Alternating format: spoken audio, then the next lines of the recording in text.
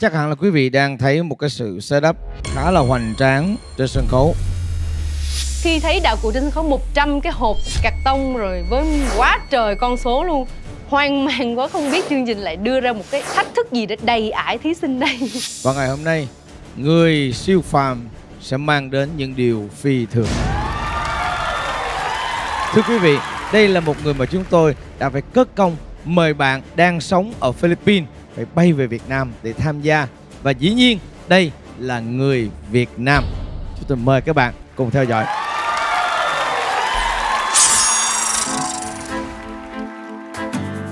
Tôi muốn thay đổi bản thân. Tôi muốn một sự khác lạ.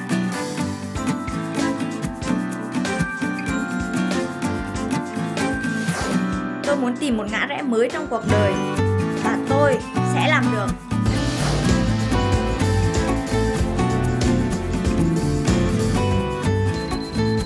Tôi tự hào về những gì mình có được. Tôi đã tự sáng tạo ra một hệ thống các công điện ghi nhớ và mã hóa thông tin cho bộ não của mình thông qua các hình ảnh quen thuộc. Và có thể bạn chưa biết, tôi không quen nhiều người, nhưng tôi có thể nhớ tên và nhận diện 100 gương mặt trong vòng một tích tắc.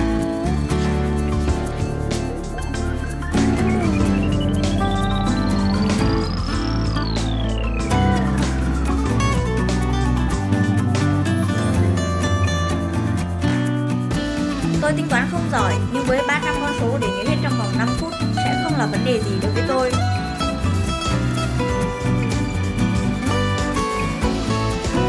Tôi không biết chơi bài, nhưng chỉ với 40 giây tôi có thể ghi nhớ ngẫu nhiên một bộ bài 52 lá. Mọi người chỉ biết đến tôi là một cô gái bình thường, nhưng tôi đã ghi danh mình trong bảng xếp hạng của giải đấu vô địch trí nhớ thế giới. Với tâm hồn sống, không gì là không thể. Tôi luôn đặt ra nhiều thử thách để phá bỏ giới hạn của bản thân mình.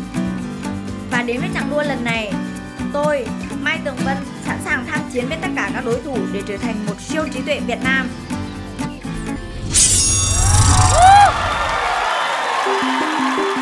Có vẻ như bài hát của Sơn Tùng rất thích hợp cho nhân vật này, không phải dạng vừa đâu. Và Mai Tường Vân, thưa quý vị.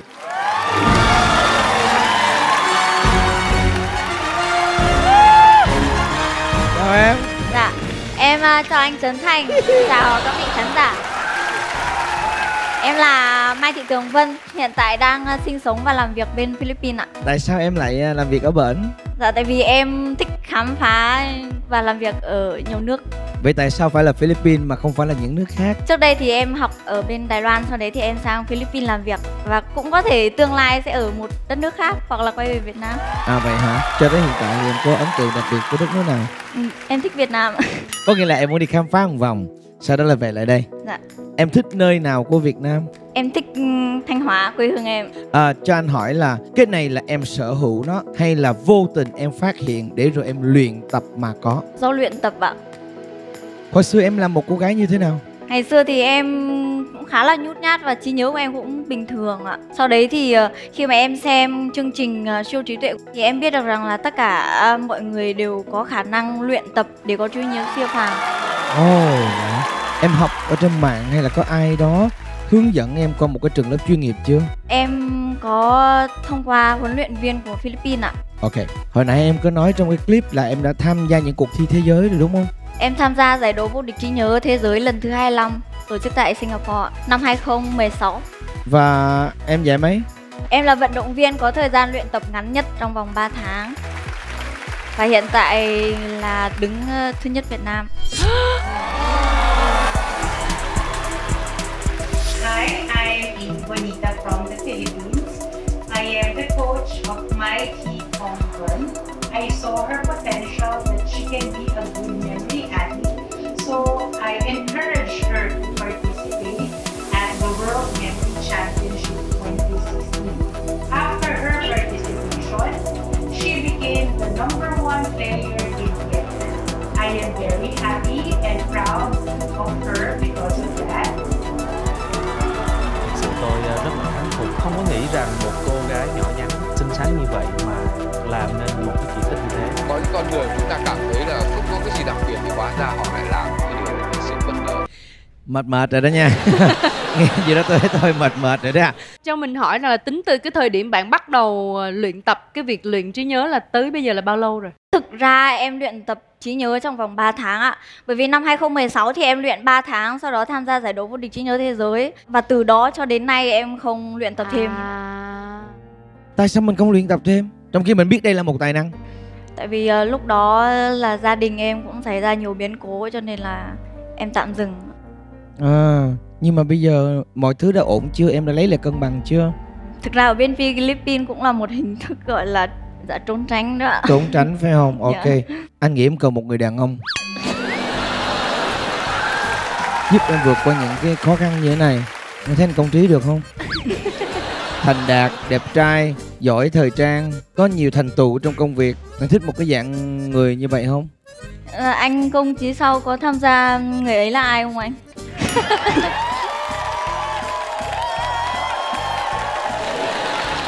Biết đâu năm sau ảnh tham gia. Hồi nãy trong hậu trường anh có đề nghị anh tham gia rồi đó. Anh nói là chương trình mà mùa 3 quay lại là ảnh sẽ tham gia đó. Ủa vậy không lẽ em nói như vậy là sắp tới em sẽ tham gia chương trình đó?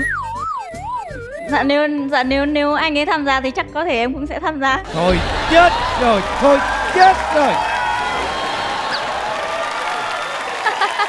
Tôi thấy em nó ngập ngừng, tôi tưởng em nó không chịu, ai ngờ em nó chịu, mất ghê chứ. Nói thiệt là em thích chỗ nào của anh Trí? Dạ cái này thì thôi để chờ chương trình Người Ấy Là Ai rồi nói tiếp ạ. Ok. Con gái bẽn lẹn hay vậy lắm. Anh Nam, anh có gì muốn chia sẻ với bạn không ạ? Khi mà em nhớ thì em thấy rằng là cái năng lực nhớ của mình có thế mạnh ở cái lĩnh vực nào, ví dụ như là nhớ số hay là chữ cái hay là gương mặt hoặc là những cái bức tranh trừu tượng. Tại vì lúc mà em thi giải đấu trí nhớ thế giới thì nó có 10 hạng mục thì cũng bao gồm những cái hạng mục mà anh vừa nói. Cái lĩnh vực mà em thấy rằng là tự tin nhất? Em nghĩ chắc là số ạ. Số thì nhỉnh hơn một tí ạ. Và những cái em có thể nhớ, em kể vài cái cho mọi người nghe xem. Nhớ các chữ số ngẫu nhiên, nhớ cỗ bài, nhớ mặt và tên, nhớ sự kiện lịch sử tương lai, nhớ số nhị phân. Với tuyển thủ Mai Tường Vân thì tôi thấy rằng là cái năng lực của bạn ấy sẽ có nhiều các cái yếu tố thiên bẩm nhiều hơn. Mai Tường Vân mới chỉ có luyện tập để tham gia những cái thử thách này trong khoảng thời gian rất là ngắn, 3 tháng thôi. Chứ còn là cái nghề nghiệp, cuộc sống và công việc hiện tại của bạn đều không liên quan đến cái bộ môn trí nhớ này. Tôi ước gì hồi nãy em tới đây em giới thiệu mình là một cô bé bán nước suối hay là một cô bé đi giao hàng shipper thì hay biết mấy nha. Mình nói cái thành tích mình ra nhiều khi người ta không thấy mình ngon lành chứ. Bây giờ cho tôi hỏi em là cái phần thử thách này nó khó hơn hay dễ hơn cái mà lần trước em thi thế giới? Trong một cái thời gian là 2 tiếng phải tập trung hoàn toàn và phải nhớ với một cái khối lượng rất là lớn thì nó rất là căng thẳng. Em nghĩ là nó sẽ khó hơn. Dạ vâng.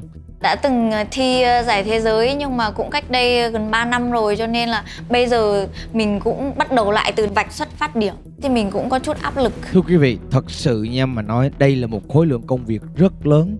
Bởi vì chỉ cần sai một số là nó đi nguyên một dãy luôn. Tại vì bạn phải gọi điện thoại cho cái người đứng ngay cái kiện hàng đó. Nó rất là căng thưa quý vị. Và hy vọng bạn sẽ vượt qua cái giới hạn của mình so với lần thi trước.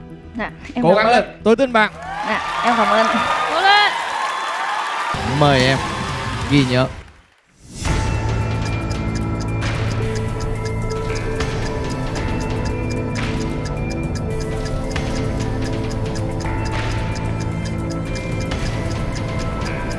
Thực ra điểm yếu của mình chính là đứng trước đám đông và sợ ánh mắt của mọi người nhìn mình, cho nên ngồi trước hàng nghìn khán giả và trước những cặp mắt của ban giám khảo, lúc đó thì mình lại bị phân tâm tư tưởng.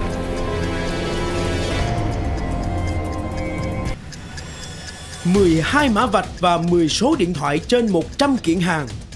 Số lượng thông tin lên đến hơn 2.200 con số. Có vẻ đây là một thử thách không mấy dễ dàng đối với người khiêu chiến. Mai Tường Vân sẽ đối mặt với việc ghi nhớ này như thế nào? Quá trời con số luôn. Thực sự loạn quá. Nó không đơn giản một chút nào thưa quý vị. Tiếp xúc phải được trực tiếp là chứng kiến những gì mà người ta thể hiện cơ thì lúc đấy hẳn đánh giá.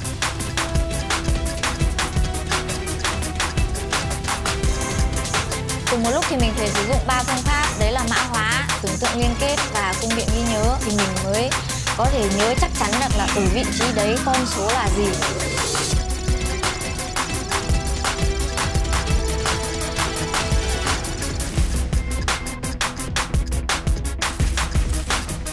Đã một tiếng trôi qua rồi, tôi nhìn trên cái ánh mắt cũng như cái gương mặt của Mai Tường Vân có một cái sự khó khăn nó thể hiện. Tôi nghĩ rằng đó là một thử thách thực sự khó.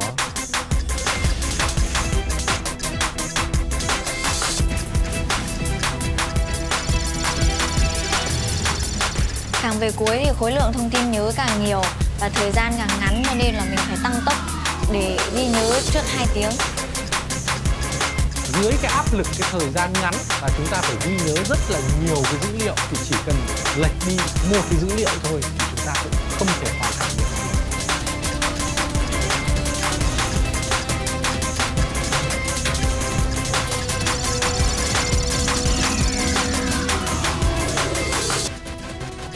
Tôi thật sự rất là lo lắng và mong rằng Mai Tường Vân có thể ghi nhớ hết được tất cả những con số có thể gọi là bất bình thường.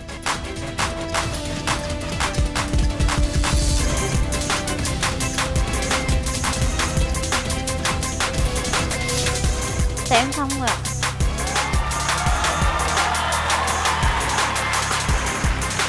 Với hơn 2.200 chữ số, có vẻ không làm khó được Mai Tường Vân. Bằng bản lĩnh và kinh nghiệm thi đấu quốc tế, Mai Tường Vân đang nắm lợi thế trong thử thách lần này. Chúng ta hãy cùng chờ xem. Cảm ơn em rất là nhiều. Và bây giờ, thưa quý vị, 3 vị giám khảo, mỗi vị sẽ chọn cho tôi một chiếc thùng. Xin mời anh Công Trí. Anh chọn bất kỳ một thùng nào.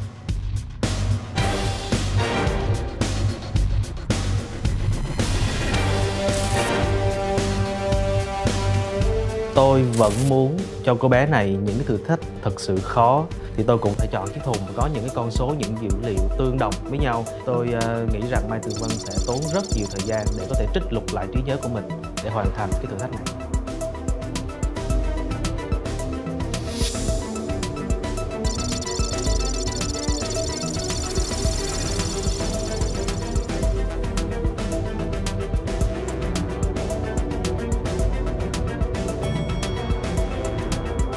Xin cảm ơn anh. Bưu kiện đã được chọn.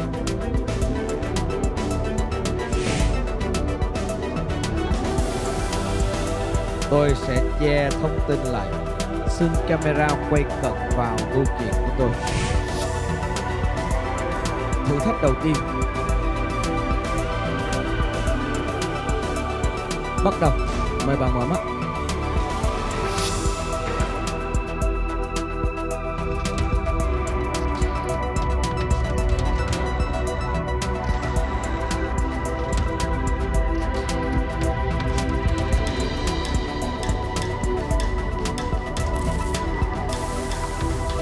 Khi mà nhìn cái thử thách đầu tiên thì trong đầu mình rỗng hoàn toàn luôn. Toàn bộ dữ liệu trong đầu mình lúc đấy là trống không luôn. Rất là căng thẳng, áp lực. Tôi có cảm giác rằng hình như là Mai Tường Vân đã ép mình hơi nhiều.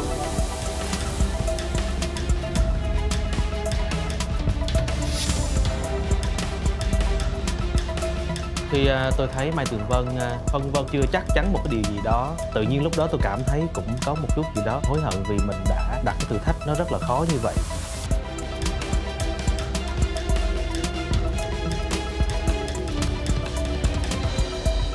Rất nhiều con số giống nhau cho nên là càng loạn thì mình càng rất là dễ bị nhầm lẫn.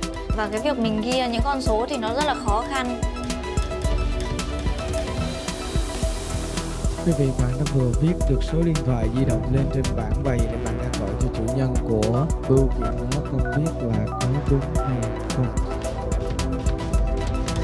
Khi mà mình bấm điện thoại thì mình rất là hoang mang.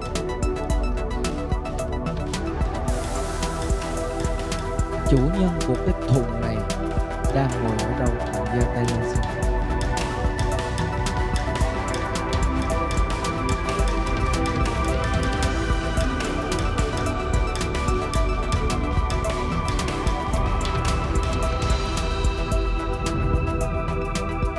Tất cả ban cố vấn chúng tôi là thoát tim rồi, giống như là tim không đập nữa rồi.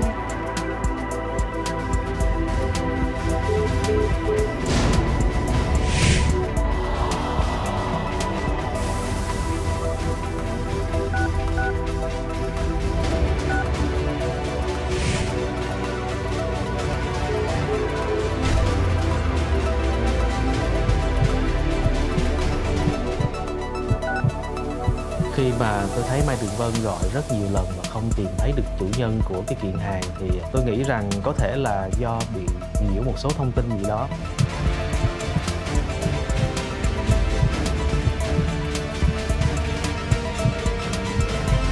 Lúc đó chị trong đầu là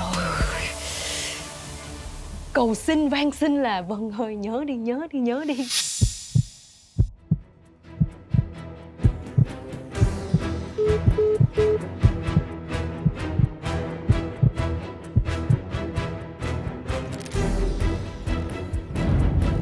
Tôi xin có ý kiến là nếu mà càng để lâu thì có thể là cái vết nhớ của Vân sẽ bị càng mờ đi cho các cái dữ kiện khác. Và em còn 2 cơ hội nữa để thử nếu cái dữ kiện đầu tiên em chưa chắc chắn. Em có muốn đổi bưu kiện khác không ạ? Hả?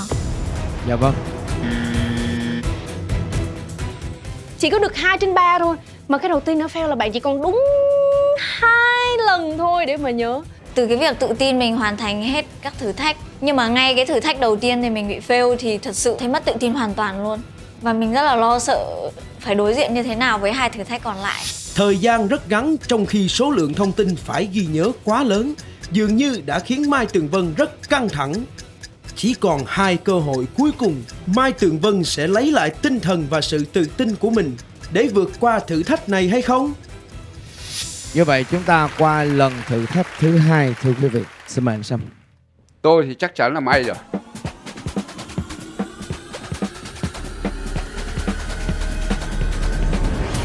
...12 chữ số cộng với số điện thoại ở dưới và bạn ấy phải gọi chủ nhân đến để nhận cái kiện hàng đấy thì thật là kinh khủng.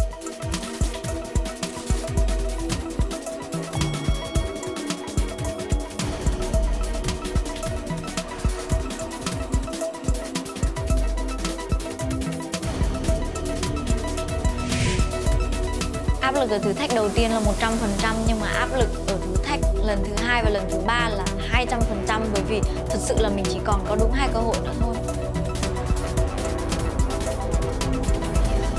Vâng thưa quý vị, bưu kiện thứ 2 mời quý vị xem qua. Mời bạn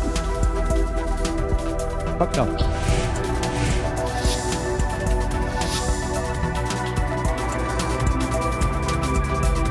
Mặc dù rất là áp lực nhưng mà khi nhìn thấy mã vạch thì số điện thoại hiện ngay ra trong đầu mình và mình nghĩ đấy là đáp án chính xác.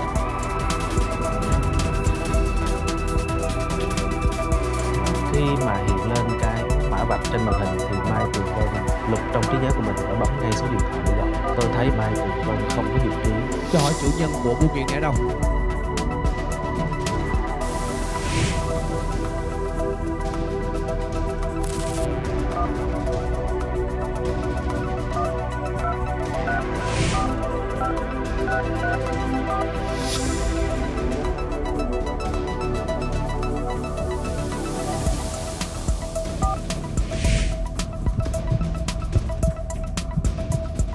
Thực sự là mình chỉ mong là nghe được một cái tiếng chuông điện thoại quen thuộc vang lên.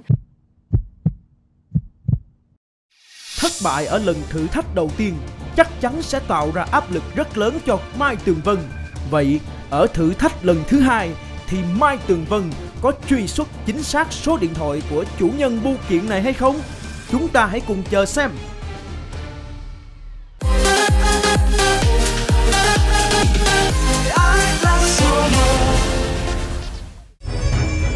APAC Leaders, tiếng Anh cho thế hệ dẫn dắt tương lai.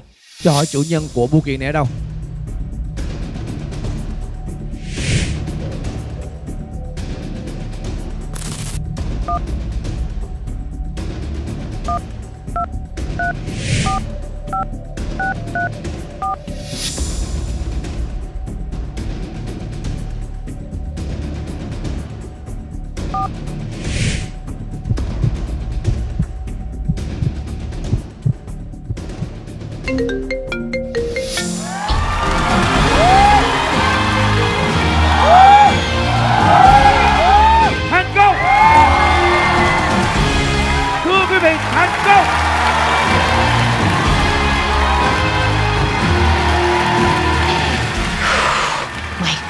thành công rồi mọi người.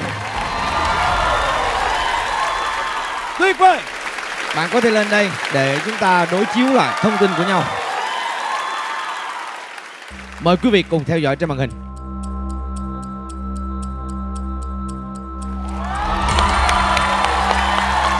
Hoàn toàn chính xác.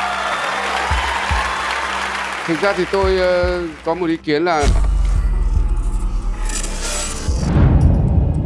đáng lẽ mình phải làm kỹ hơn, là trước khi mà mở cái đấy ra bạn sẽ đọc cái số điện thoại. Bởi vì khán giả truyền hình có thể sẽ đặt ra câu hỏi là có phải bạn gọi từ cái máy kia đến đây hay không? Hay là một khán giả nào đấy ở đây gọi cho bạn này? Hoàn toàn có thể là trick. Dạ vâng.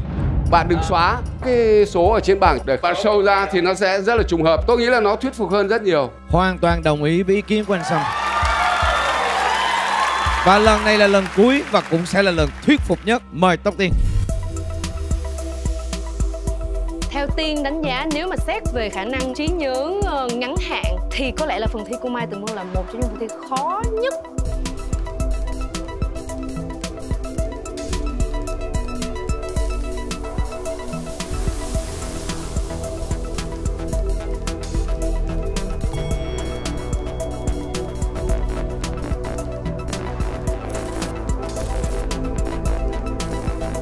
Thưa quý vị, và đây là chiếc bưu kiện cuối cùng. Mời bạn.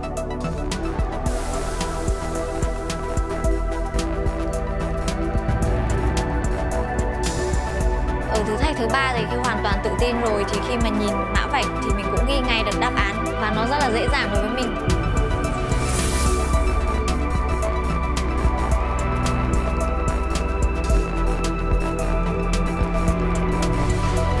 Giây. Kinh khủng khiếp, kinh khủng khiếp. Trời không mất đến 3 giây.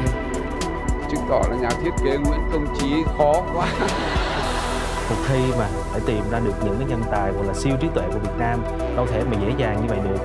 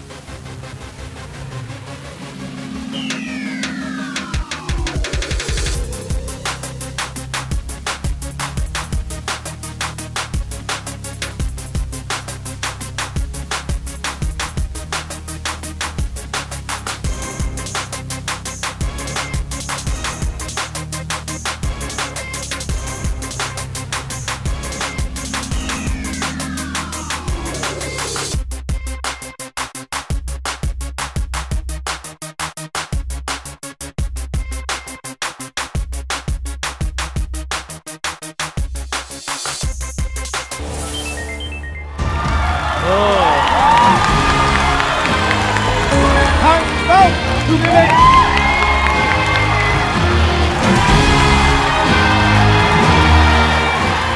Bạn nhìn đấy và bạn bấm điện thoại gọi ngay đúng chủ nhân của cái kiện hàng đấy. 3 giây, thật là kinh khủng.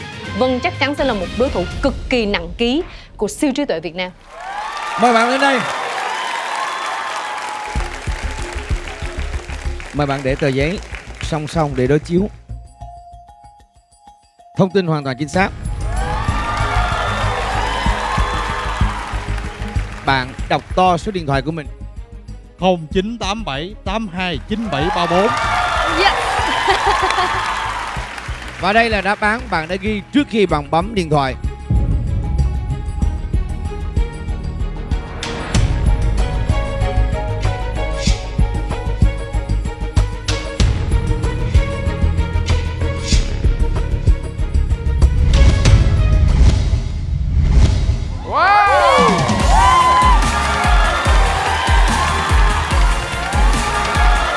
Siêu đẳng. Thưa quý vị, thử thách thành công.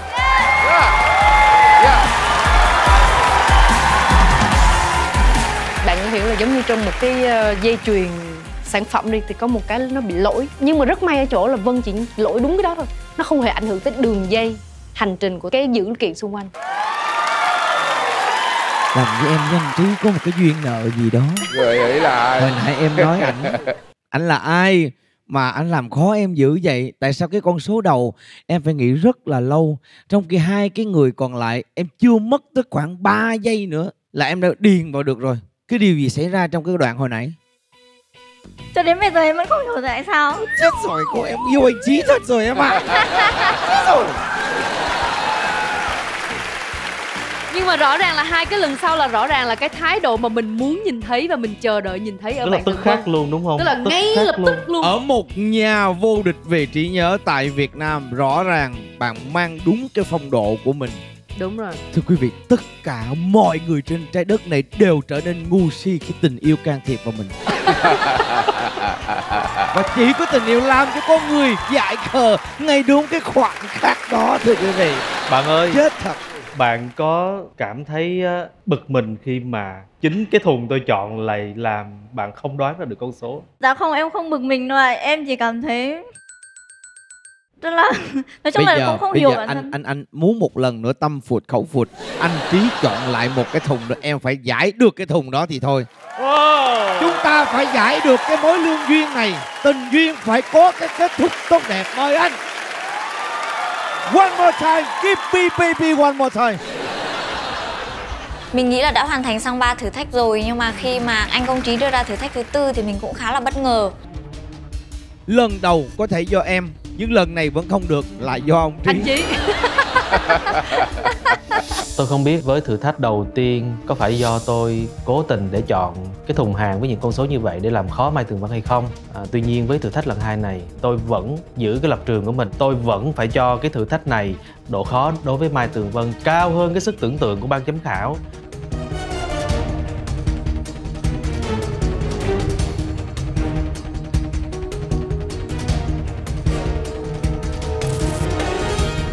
Và xin hiển thị lên màn hình.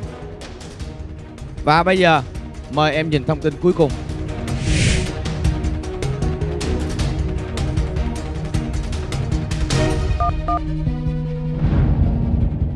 Khi mà phải đứng giữa sân khấu thì mình cảm thấy rất là run, và lúc bấm điện thoại thì có quýnh tay ấy ạ. Rất là nhanh, không thể nào tin được.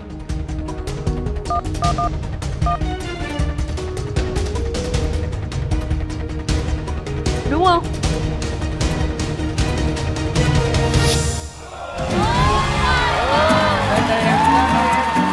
Em lên đây tôi chưa tin. Em đưa đồ cho em kiểm tra, đối chiếu. Trời ơi, ngay tức khắc thì Em đưa tờ giấy đó sát vào cái thùng này để tôi xem thông tin có như nhau hay không. Hoàn toàn chính xác, thưa quý vị. Siêu trí tuệ Việt Nam Tường Vân. Tôi thấy Mai Tường Vân thật sự là một người rất là tài năng. Và nếu để cho điểm lại thì có thể tôi xin phép được sửa lại cái số điểm về cái độ khó của mình. Có thể là 5/5 chứ không phải là 4/5. Cái sự xuất hiện của bạn ấy nó hoàn toàn nó không mang lại cho tôi ấn tượng gì lắm.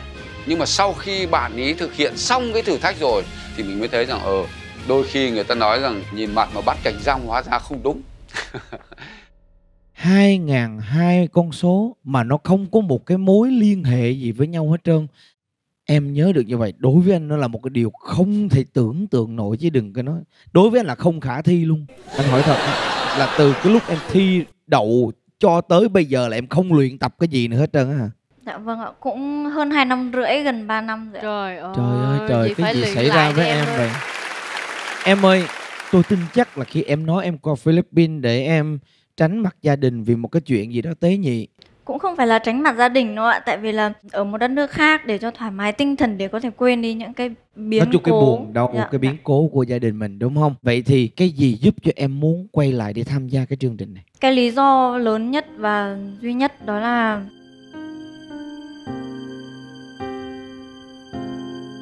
cổ vũ em trai của em ạ. Em hy vọng là em trai của em sau khi xem chương trình này thì có thể tự hào về em. Em chỉ cần em trai em khỏe mạnh và vui vẻ sống hàng ngày là được rồi ạ. Cho tôi hỏi, em trai của em gặp phải cái vấn đề gì mà em phải động viên bằng cái cách này? Em xin phép không nói cái này được không ạ? Dĩ nhiên em xin phép thì tôi đồng ý thôi. Nhưng tôi xin phép em cái điều này là khi tôi nhìn vào mắt em, tôi thấy em là một cái người không những chỉ có những thông tin mà em để trong đầu, mà trong mắt em nó có nhiều ký ức đau buồn lắm thì phải. Và hình như em mượn cái cách nhớ những cái con số này để em tạm đẩy một số những thông tin không cần thiết trong đầu em ra. Không biết tôi nói như vậy thì có đúng hay là không? Thực ra là em hy vọng là như thế, nhưng mà cũng vì những biến cố đấy cho nên là hơn 2 năm rưỡi vừa rồi thì em cũng không có tinh thần để luyện tập, tại vì hầu như là mất ngủ. Có những đợt là mấy ngày liền không ngủ gì hết. Tôi cũng là một chuyên gia tâm lý và giúp đỡ những người có những cái nỗi đau như thế. Và tôi nghĩ rằng cái không gian để mà chia sẻ thì nó cần phải an toàn và nó mang tính chất riêng tư một chút. Chính xác. Có lẽ là anh Thành sẽ có một không gian riêng tư để em có thể chia sẻ với anh sau. Em ấy trầm cảm rất là nặng, cho nên là khi em sợ là em sẽ rất nhạy cảm khi mà nhắc đến những cái này. Vâng. Tôi sẽ không dám can thiệp vào cái quyền riêng tư của em. Dĩ nhiên là như vậy. Với tôi nhé, muốn vượt qua một nỗi buồn là đối diện với nó, chứ không phải là tránh né nó.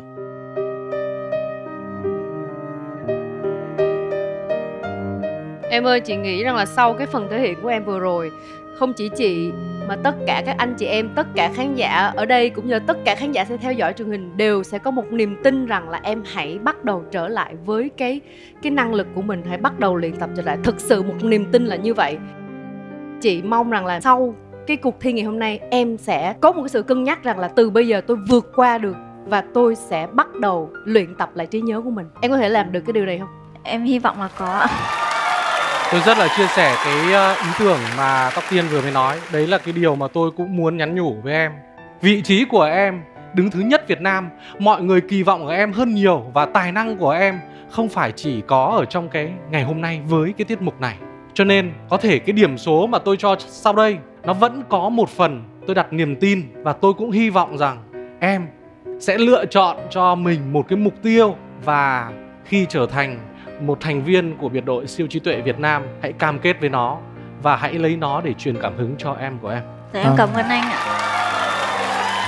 Với một cái tuyển thủ siêu trí tuệ Việt Nam ấy, cần phải có cái năng lực kiểm soát được cái cảm xúc để có thể phát huy được cái năng lực của mình cao nhất. Em cần nói với anh một cách dõng dạc, thể hiện quyết tâm của em là em cam kết với chương trình. Vì điều đó ảnh hưởng đến quyết định điểm số của em. Thực ra cái lý do đầu tiên để mà em bắt đầu luyện tập cái bộ môn trí nhớ này cũng là vì em xem chương trình siêu trí tuệ. Khi mà em xem thì em cảm thấy rất là ngưỡng mộ và cũng ao ước là cũng có một ngày mình được giống như họ, được thể hiện cái khả năng của bản thân và được tranh đấu với cả các nước khác. Em hãy nói tôi cam kết trở thành thành viên của siêu trí tuệ Việt Nam. Hãy nói thật to và dõng dạc như vậy. Em cam kết sẽ trở thành... Cố lên! Cố lên! Cố lên! Cố lên! Ngồi trong bóng tối, nhìn thời gian trôi dài, là tôi thấy đấy, tôi từng như thế này, đàn chân nhau về, chẳng dám đi xa. Cái lý do lớn nhất và duy nhất đó là em muốn thông qua chương trình này để cổ vũ em trai của em ạ. Thành công! Cố lên! Cố lên! Cố lên! Cố lên! Em cam kết sẽ trở thành một thành viên ưu tú của đội tuyển siêu trí tuệ Việt Nam. Đó là những lời nói quyết tâm, thưa quý vị.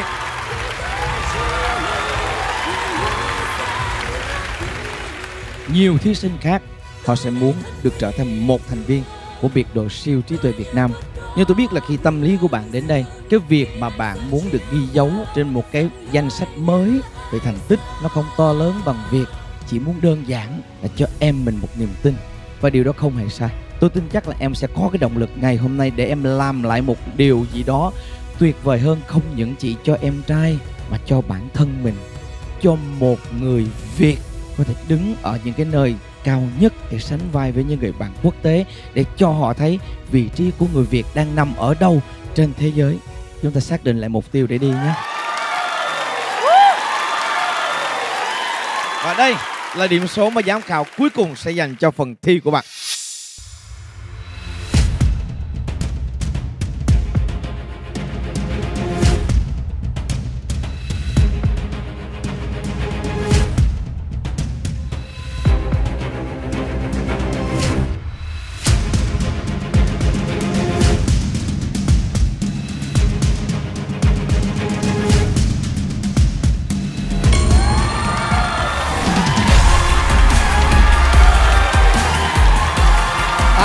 Điểm thưa quý vị. Đây là thành viên mới của biệt đội siêu trí tuệ Việt Nam thưa quý vị, Tường Vân. Năng lực của cô ấy sẽ xứng đáng trở thành tuyển thủ đáng gờm ở trong biệt đội siêu trí tuệ Việt Nam. Xin mời nhà thiết kế không khí sẽ dành tặng cho bạn huy chương danh dự của chương trình siêu trí tuệ Việt Nam.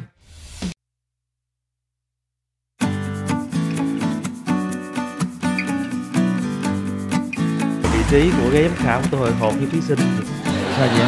Lúc đầu tôi nghĩ nhiều khi mình đi thi có một cái gì đó thúc đẩy mình đi thôi, chứ mình cũng không biết lý do vì sao mình đi. Cũng giống như những lần mà tôi làm những cái chương trình lớn, có một điều gì đó thúc đẩy tôi phải làm, chứ tôi không biết mục đích và lý do gì cả. Nhưng mà qua cái cuộc thi này và qua cái khó khăn chút xíu lúc đầu mà tôi đã gây áp lực cho em, tôi hy vọng rằng em sẽ vững vàng hơn và sẽ là một thành viên của biệt đội siêu trí tuệ Việt Nam. Yes. Em cảm Sẽ ơn không anh quá ạ. đáng đâu nếu mà một cái người nào đó lỡ thương mình mà mình có thể ôm người ta một cái để tạo niềm tin thưa anh. Cái gì nó cũng vậy. Đã bắt tay được rồi ạ. Nó có những ký ức mà mình nên trao cho nhau thay vì giữ những ký ức xấu. Em cảm ơn anh ạ. Đó, Cảm ơn anh Trấn Thành. Dạ, ok. Cảm ơn em và mời em tiến về nơi em thuộc về. Xin mời.